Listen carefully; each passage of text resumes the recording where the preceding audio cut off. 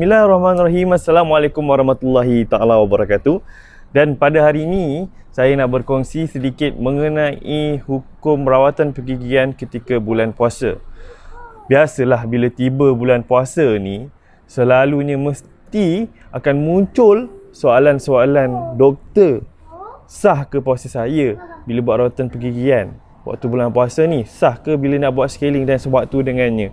Hari ini ingin berkongsi apa yang saya dapatkan daripada laman Sesawang Mufti Wilayah Persekutuan mengenai hukum rawatan pergigian ketika bulan puasa. Dan apa yang diputuskan oleh Jabatan Kemajuan Islam di dalam garis panduan berpuasa. Mereka mengatakan bahawa perkara-perkara berkaitan rawatan pergigian, perubatan yang tidak membatalkan puasa ialah melakukan prosedur tampalan, gigi cabutan dan pembersihan gigi dan memberus gigi menggunakan siwak dengan syarat individu tersebut tidak menelan apa-apa bahan semasa rawatan tersebut berlangsung.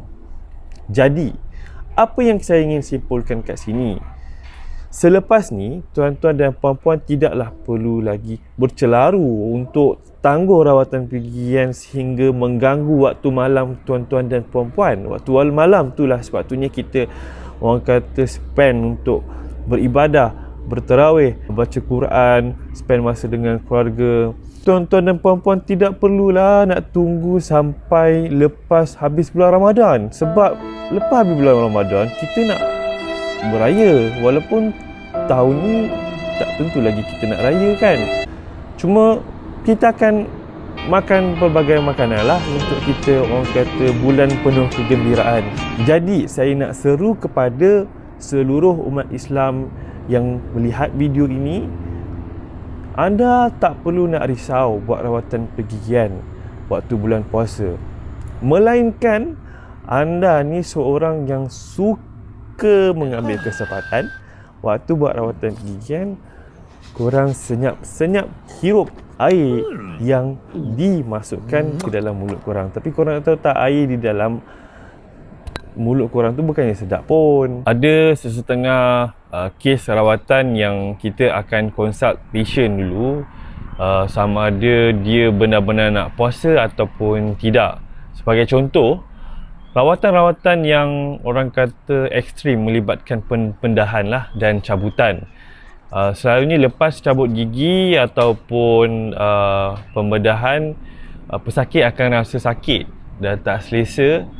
Cabut gigi tak membatalkan puasa, yang membatalkan puasa adalah makan ubat.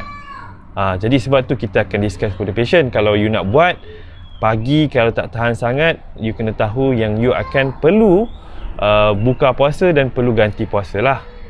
Tapi kalau you rasa you boleh tahan, tunggu sampai malam ataupun petang sebelum buka, kita cabut, dan bila dah buka tu mungkin time tu sakit baru mula nak naik, dah boleh makan ubat tahan sakit. Okey, ada satu lagi salah faham mengenai bau mulut. Sebab ada orang dia mengatakan mulut orang puasa ni lagi wangi daripada bau bunga kasturi. Ya, dalam hadis ada mengatakan bahawa sesungguhnya bau mulut orang yang berpuasa itu lebih wangi di sisi Allah daripada bau minyak wangi.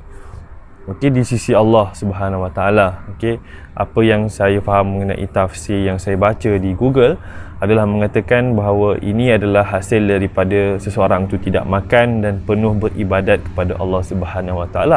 Tetapi kita sebagai sesama manusia perlu masih lagi menjaga kebersihan ataupun kewangian mulut kita. Dalam erti kata yang lain, still kena gosok gigi, still kena scaling, gigi berlubang still kena tampal.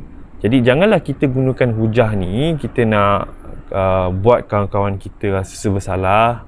Kita bagi angin busuk dekat dia dan kita kata ni mulut bau lebih wangi dari minyak wangi di sisi Allah Subhanahu Wa Taala. So ini satu perkara yang salah, yang saya percaya waktu kecil dulu kita selalu buat kan. So ini kecil-kecil kita dah pandai tunggang agama, jadi dah besar ni janganlah menggunakan hujah yang sama.